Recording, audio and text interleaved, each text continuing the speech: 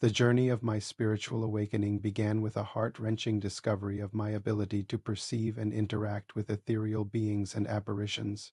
This sorrowful gift, often referred to as the third eye, has bestowed upon me a deep comprehension of the spiritual realm.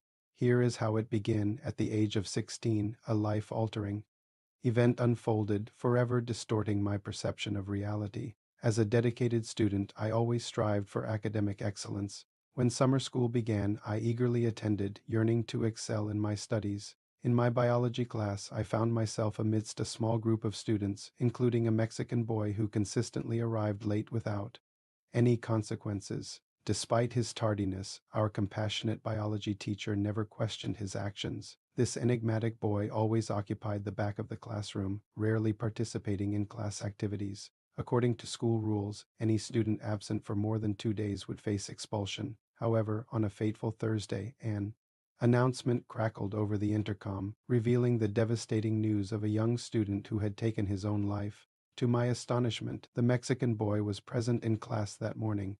Although I was unaware of his name at the time, the following day, his face caught my attention in a photograph. It was the visage of the student who had tragically ended his own life. As I read the accompanying details, the truth revealed itself. His name was Jose, and the crushing effects of his parents' divorce had left him overwhelmingly desolate, leading to his unimaginable decision. When I entered the biology class that day, the spectral figure of Jose sat in his usual spot. Witnessing his presence once again, I experienced a mix of unease and astonishment. Driven by curiosity, I questioned my dear friend, Rick, if he had noticed anyone occupying the back of the room. To my surprise, confusion shrouded his response as he claimed that no one was there. Even our biology teacher, who had encouraged students to confide in her about any personal struggles or feelings of desolation, seemed oblivious to Jose's spectral presence. This experience both awed and confirmed my belief that the figure lingering at the back of the classroom was indeed a ghost. I assure you, my love, that I am of sound mind and fully aware of the reality of these encounters.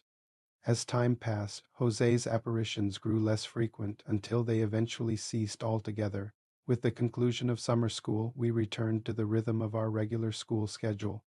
On another occasion, after the final bell had rung, I found myself waiting for my mother to collect me. It was then that I beheld a young girl gazing at me from a distance. I paused, fixated on her presence, before eventually shifting my attention away. When my mother arrived and I climbed into the car, I gave little thought to the encounter. However, later that night, she appeared before me once more. I sternly implored her not to follow me any further. The following day, as I arrived at school, I noticed the same girl standing at the entrance. Her presence both intrigued and unsettled me. Approaching her cautiously, uncertain of what to expect, I found my voice trembling as I inquired why she had been tailing me. To my astonishment, her feeble voice filled with sorrow as she explained her plight. She introduced herself as Emily, a young soul who had tragically lost her life in a car accident near the school premises several years ago. Since then, she had been wandering aimlessly, unable to find solace. My heart ached for her, realizing that she was a tormented spirit caught between realms.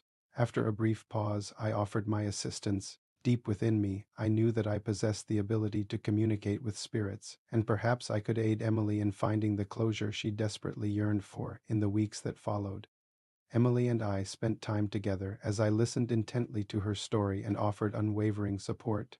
Together, we embarked on a quest to unravel the circumstances surrounding her untimely demise.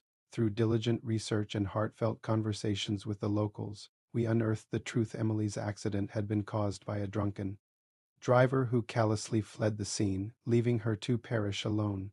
Armed with this knowledge, I encouraged Emily to confront her deepest fears and seek justice for the injustice she had suffered. With newfound determination, Emily and I embarked on a mission to gather evidence against the perpetrator. We reached out to the authorities, sharing the information we had painstakingly collected. Slowly but surely, the investigation progressed, leading to the apprehension and conviction of the intoxicated driver responsible for Emily's premature departure from this world.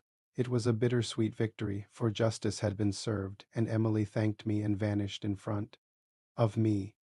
As time elapsed, my ability to perceive and interact with spirits grew stronger, transforming me into a radiant beacon of light for lost souls, guiding them towards the path of serenity and resolution. Through encounters with these ethereal beings, I unraveled the truth that death is not an end, but a mere transition to another realm.